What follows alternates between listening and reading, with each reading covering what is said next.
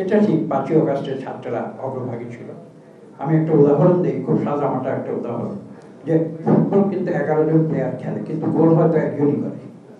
তার অর্থ এটা নয় যে বাকি 10 জন সেই খেলাটি খেলেনি, এটা কিন্তু ঠিক। কাজে যারা এই আন্দোলনকে যদি কেউ ছাত্রদের হাতে কেন্দ্রীভূত করে দিতে চান, আমি সেটা নিষেধ করব না, কিন্তু আমি বিনীতভাবে বলবো সেটা হয়তো সঠিক বিশ্লেষণ নয়। সমাজ এবং সংস্কৃতি এই দুটি বিষয় বাদ দিয়ে কোনো জাতি সামনের দিকে এগিয়ে যেতে পারে না।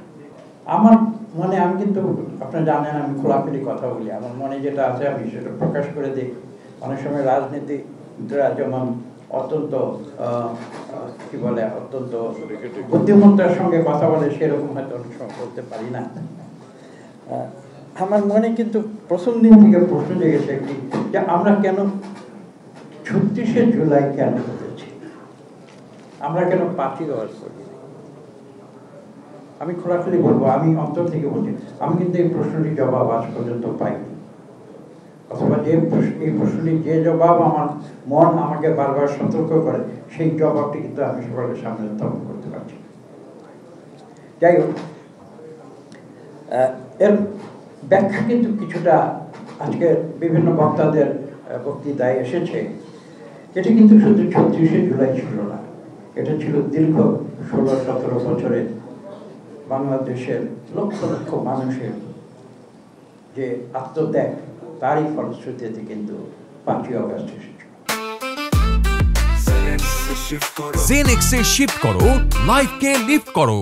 মাননীয় ভারপ্রাপ্ত চেয়ারম্যান, যার কথা একটু আগে আপনারা বলেছেন, যিনি আমাদের পুরো আন্দোলন বিগত 1 দশকের ধরে সরাসরি তিনি আমাদের নির্দেশনা দিয়েছেন, পরিচালনা করেছেন, এবং যার ফলশ্রুতিতে আমি বিশ্বাস করি 5ই অগাস্ট যতই বলুন, আমরা বলি ছাত্র জনতার আন্দোলন, কিন্তু সেটা একদিনে হয়নি। আমাদের চেয়ারম্যান সাহেব আমাদের এই যে গণতান্ত্রিক আন্দোলনের সঙ্গে শুধু বিএনপি নয়, বিএনপির সঙ্গে আরও বেশ কিছু গণতন্ত্রগামী রাজনৈতিক দল, সব মিলিয়ে প্রায় 43টি রাজনৈতিক দল আমরা কিন্তু সেই সময় রাজপথে ছিলাম, এবং এই সব কিছুর ফলশ্রুতিতে একটি পর্যায়ে এসেছিল যখন 5ই অগাস্ট দীর্ঘ 16 বছর বাংলাদেশের মানুষের যে বঞ্চনা, বাংলাদেশের মানুষের যে অধিকার যেটা লঙ্ঘিত হয়েছিল, গুম হয়েছিল, খুন হয়েছিল, জুলুম হয়েছিল, মিথ্যা মামলা, হামলা হয়েছিল, বিএনপির কর্মীরা ঘরে থাকতে পারেনি, গ্রামে গঞ্জে তারা ধান খেতে গিয়ে তাতে ঢুকেছে, এমন পরিস্থিতি গিয়েছে। সেই পরিস্থিতি, সেই আন্দোলন, গায়েবী মামলা, এই পক্ষে কি আপনারা দেখুন, গায়েবী মামলার আসামি হয় নাই এরকম লোক হয়তো খুঁজে পাওয়া যাবে। এই পরিস্থিতিতে একটি বিস্ফোরণীয় রাজনৈতিক পরিস্থিতি সৃষ্টি হয়েছিল, এবং সেই পরিস্থিতিতে আমি বলবো একটা পর্যায়ে যখন আসে জুলাই 2024, তখন বৈষম্য বিরোধী ছাত্র আন্দোলনের সূচনা হয়, যেটা 5 বছর আগে একবার হয়েছিল, সরকার সেটাকে স্থগিত করে দিয়েছিল। এটা ঠিক 5ই অগাস্টের ছাত্ররা অগ্রভাগী ছিল।